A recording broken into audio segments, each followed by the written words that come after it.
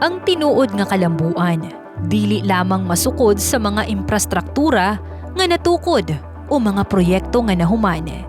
Kini makita sa matag kinabuhi nga natabangan, matag damgo nga natuman, ug matag Oriental Davaoenyo nga gihatagan og oportunidad nga mulambo.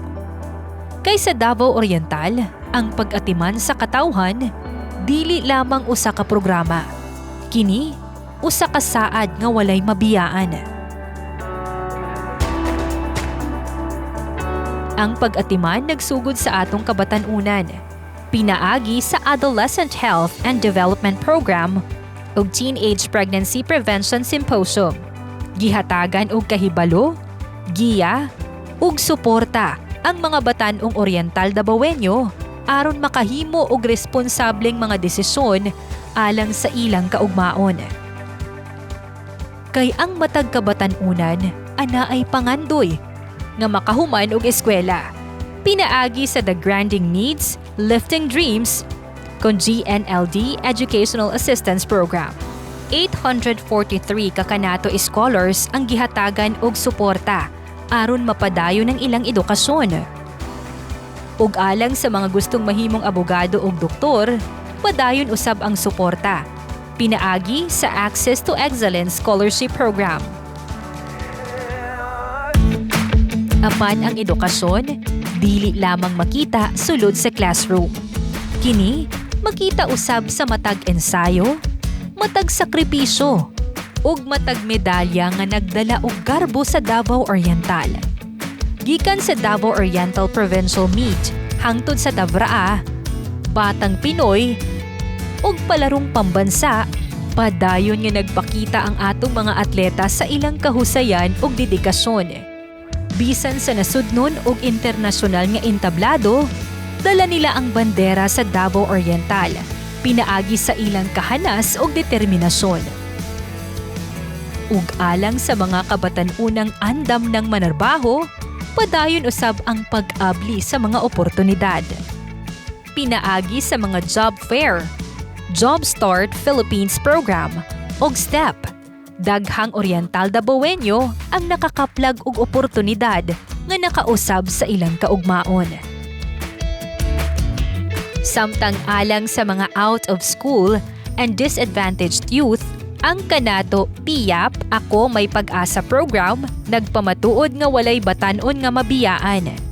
Pinaagi sa leadership development and livelihood opportunities, gihatagan sila og tingog og lugar sa paglambo.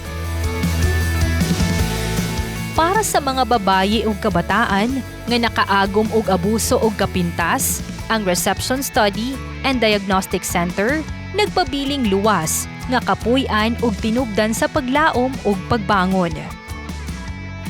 Anaa usab ang padayon nga suporta alang sa Early Childhood Care and Development Program, mga child development workers, ug uban pang mga programa alang sa mas himsog ug edukadong Davao Oriental.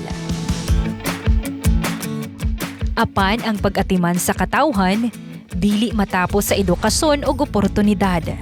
Nagpadayon kini sa pagpanalipod sa ilang panglawas ug kaayuhan. Ang Provincial Health Office nakigtambayayong sa nagkandaiyang internasyonal nga mga organisasyon sa kalambuan. Usa sa mga mahinungdanong inisyatiba mao ang kampanya sa probinsya batok sa juvenile diabetes nga gipatuman pinaagi sa pakigtambayayong sa humanities and inclusion. Tungod niini, ang Davao Oriental nahimong usa sa mga pilot areas sa paghatag og suporta sa mga batang apektado og diabetes. Ang probinsya usab, usa sa mga pilot sites sa proteksyon para sa alta presyon sa Pilipinas nga nagtumong sa pagpalig-on sa pagpugong sa alta presyon sa komunidad. Usa sa mga nagunang prioridad sa provincial government mao ang pagsumpo ug pagwagtang sa malnutrisyon.